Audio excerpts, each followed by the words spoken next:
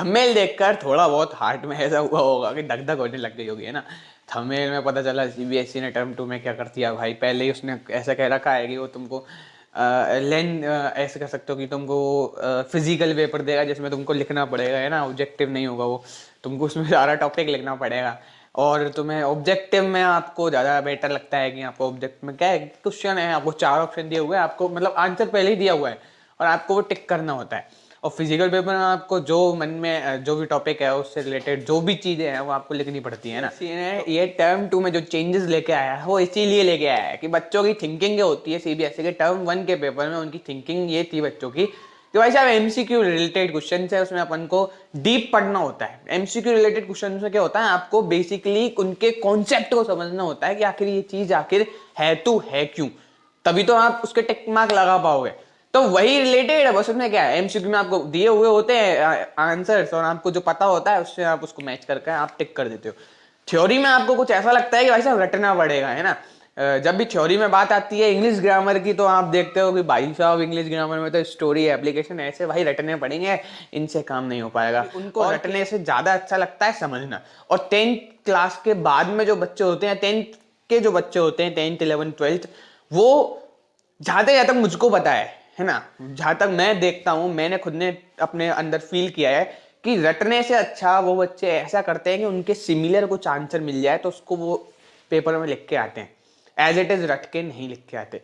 तो बस वही है कि सीबीएसई ने कहा है कि अब की बार जो पेपर पैटर्न है वो रटने वाला नहीं होगा, रोट लर्निंग नहीं होगी। अब की बार क्या होगा, कंपिटेंसी बेस्ड क्वेश्चन पेपर होगा या फिर कंपिटेंसी बेस्ड लर्निंग होगी, जिसमें वो स्कूल की जो एजुकेशन है उसको वो कंपिटेंसी कर देंगे रोट लर्निंग से हटाकर, मतलब रट्टाफिकेशन को हटाकर वो आपको लर्निंग पे विश्वास कराएंगे कि हाँ आपको जो केस बेस्ड आ सकते हैं कि वो एग्जाम्पल बहुत चल रहा है कि भाई साहब बाहुबली कौन है, तो बाहुबली को तो सब जानते हैं, बाहुबली एक साउथ कैरेक्टर है ना, वो बिल्डिंग मिलेगा। लेकिन भाई साहब एक बाहुबली की पिक्चर में सबसे पहले ये बात आई थी एंड में, तो बाहुबली की पिक्चर रिलीज हो गई थी उसके एंड में, कि भाई कटप्पा ने बाहुबली को क्यों मारा। आप उसको केस बेस्ड कर लोगे ना, आपको भाई क्यों मारा क्यों मारा सोचोगे, आप डीपली सोचोगे तो आपको बाहुबली का आंसर मिल जाएगा।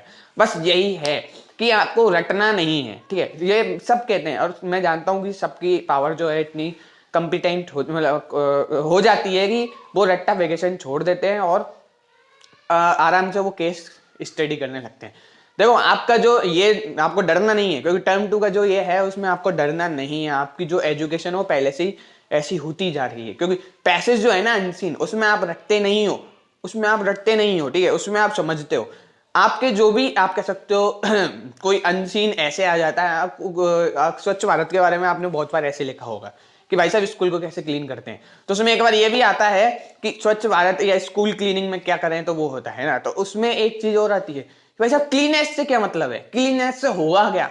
अब आप सोचने लगोगे भाई साहब क्लीनेस से होगा क्या, रटना थोड़ी ना है, आपको पता है कि क्लीननेस से क्या होता है। क्या होता है क्लीननेस से, अपने एनवायरनमेंट क्लीन रहता है, अपना पॉल्यूशन कम हो जाता है, अपनी जो अब जहां पर भी क्लीननेस करोगे वहां पर जो स्टेट है जो प्लेस है वो अच्छा दिखने लगता है ना, मॉस्किटोज का खतरा हो जाता है, वायरसेस खत्म हो जाते हैं जाता जाता, और एनवायरनमेंट बढ़िया रहता है, खुशबू होती है ना, अपनी हेल्थ के ऊपर कोई प्रॉब्लम, मतलब ये पता है अपन को, रटना थोड़ी ना है, रटा थोड़ी ना है ना।